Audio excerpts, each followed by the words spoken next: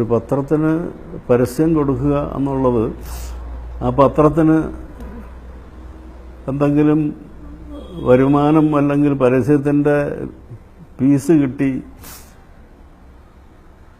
അതിൻ്റെ ഒരു ലാഭം ഉദ്ദേശിച്ചല്ല.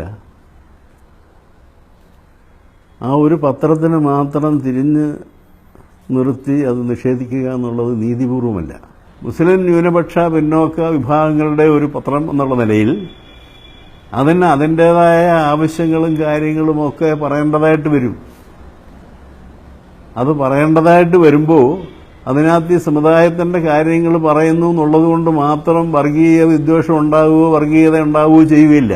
പിന്നോക്ക ന്യൂനപക്ഷ ഈ ദളിത് സമൂഹങ്ങളുടെ ഒരു ശബ്ദം ഒരു പരിധിവരെയെങ്കിലും വരുന്നത് പ്രധാനമായിട്ടും തേജസ്സിൽ കൂടിയാണ്.